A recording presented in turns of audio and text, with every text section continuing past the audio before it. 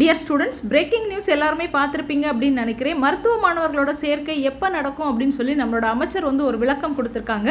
அதில் என்ன சொல்லியிருக்காங்கன்னா, உச்சநீதிமன்ற வழக்கு முடிவடைந்த பிறகு தான் தமிழ்நாட்டில் மருத்துவ மாணவர்களோட சேர்க்கை நடைபெறும் அப்படின்னு சொல்லி நம்மளோட அமைச்சர் சொல்லியிருக்காங்க.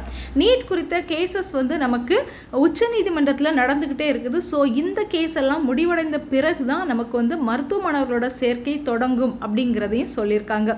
2 டேஸ்க்கு முன்னாடி MBBS BDS கவுன்சிலிங்க்கு முன்னாடி paramedical and veterinary sciences yogic science கோர்சஸோட கவுன்சிலிங் தொடங்கிடுவோம் அப்படின்னு சொல்லியிருந்தாங்க.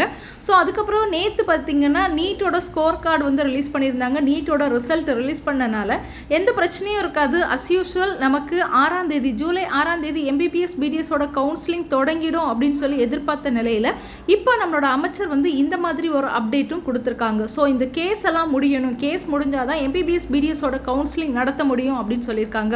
ஸோ இதனால் அதர் ஸ்டூடெண்ட்ஸ் பேராமெடிக்கல் கோர்சஸ்க்குள்ள ஸ்டூடெண்ட்டாக இருந்தாலும் சரி, வெட்னரி சயின்ஸ் கால்நடை மருத்துவத்துக்குள்ள ஸ்டூடெண்ட்டாக இருந்தாலும் சரி, அண்ட் அதே நேரத்தில் நம்மளோட BNYSக்குள்ள ஸ்டூடெண்ட்டாக இருந்தாலும் சரி, இவங்களோட அட்மிஷன் தடைப்படக்கூடாது. இவங்க அட்மிஷன் லேட் ஆகி காலேஜ் போகிறது லேட் ஆகக்கூடாது.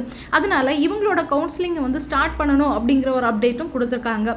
ஸோ இது எப்படி வரப்போகுது, எப்படி முடிய போகுது, என்ன பண்ண போகிறாங்க அப்படிங்கிற ஒரு தெளிவான ஒரு விளக்கம் இல்லை.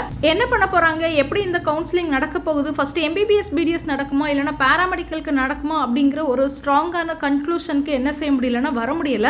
பொறுத்திருந்து தான் நம்ம பார்க்கணும். எந்த பேசிஸில் அவங்க அப்டேட் கொடுக்குறாங்களோ அதுக்கேற்றாப்புல தான் நம்ம என்ன செய்ய முடியும் அப்படின்னா மூவ் ஆகி போக முடியும். பேராமெடிக்கல் கவுன்சிலிங்கை பொறுத்தவரையில் ஃபஸ்ட்டு நமக்கு ரேங்க் லிஸ்ட் வரணும். இந்த ரேங்க் லிஸ்ட் ஜூலை மிடில், அதாவது இன்னும் ஒரு 10 டேஸ் இல்லைனா ஒரு 12 டேஸ்க்கு அப்புறம் வரதுக்கான சான்சஸ் இருக்குது. ஸோ ரேங்க் லிஸ்ட் வந்ததுக்கப்புறம் தான் நமக்கு கவுன்சிலிங் நடக்கும். ஸோ அதுக்கு முன்னாடி இந்த MBBS BDSோட ப்ராப்ளங்கள்லாம் சால்வ் ஆகி MBBS BDSோட கவுன்சிலிங்கை தொடங்கிட்டாங்க அப்படின்னா ரொம்ப நல்லாயிருக்கும். ஸோ எந்த ஒரு அப்டேட் கிடைச்சாலும் நம்மளோட சேனலில் நம்ம அப்டேட் பண்ணுவோம். தொடர்ந்து சேனல் ஃபாலோ பண்ணுங்கள். ஸோ எப்படி அப்டேட் வருதுன்னு பார்ப்போம். எந்த மாதிரி கவுன்சிலிங் நடத்துகிறாங்களோ அதே ஃப்ளோவில் தான் நம்ம என்ன செய்யணும் அப்படின்னா மூவ் ஆகி போகணும். ஸோ எப்படி வருது அப்படிங்கிறத தொடர்ந்து பார்ப்போம். தேங்க்யூ.